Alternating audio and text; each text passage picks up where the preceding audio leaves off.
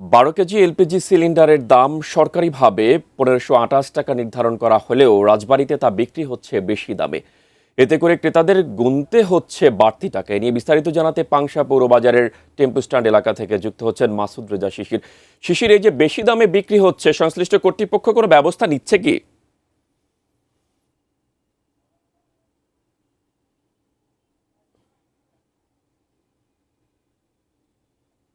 আপনি বলছিলেন রাজবাড়ির বাজারগুলোতে সকাল থেকেই ঘুরে আমরা যেটা দেখতে পেয়েছি, সরকারের যে নির্ধারিত দাম সেই দামের তুলনায় কিন্তু কয়েকটি কোম্পানি দাম কিন্তু আসলে নির্ধারিত দামের থেকেও বেশি দামে বিক্রি করছে।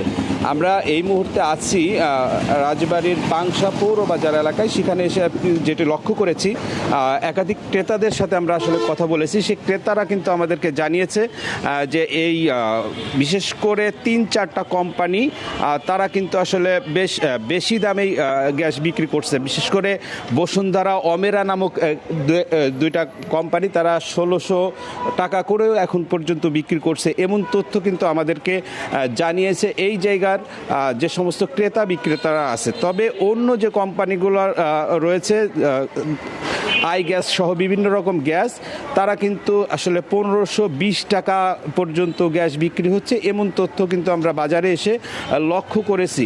এই যদি আপনি বলি পাংশার এই যে মার্কেটটিতে দাঁড়িয়ে আছে, এই মার্কেটের যে মূল ব্যবসায়ী ডিলার, তিনি আমাদেরকে জানিয়েছেন যে আসলে আগে এই বসুন্ধরা এবং অমেরা সেইগুলো কিন্তু আগে নিয়ে আসা ছিল, যে কারণেই তারা আসলে বাড়তি দামে বিক্রি করছে এমনটি বলছে। তবে ক্রেতাদের যে অভিযোগ সেটা হচ্ছে যে কার্যকর হওয়ার যে বিষয় আছে সেই বিষয়ে কিন্তু আসলে তারা কোনোভাবেই মানতে পারে না। যখন দাম বৃদ্ধি হয়, ঠিক যখন বৃদ্ধির ঘোষণা আসে তখন থেকেই কিন্তু শুরু করে, কিন্তু যখন দাম কমে যায় সেই জায়গাতে কিন্তু বিলম্ব হচ্ছে কার্যকর হতে, এমন অভিযোগ কিন্তু আসলে এই বাজার সংশ্লিষ্ট যারা ক্রেতা রয়েছে তাদের।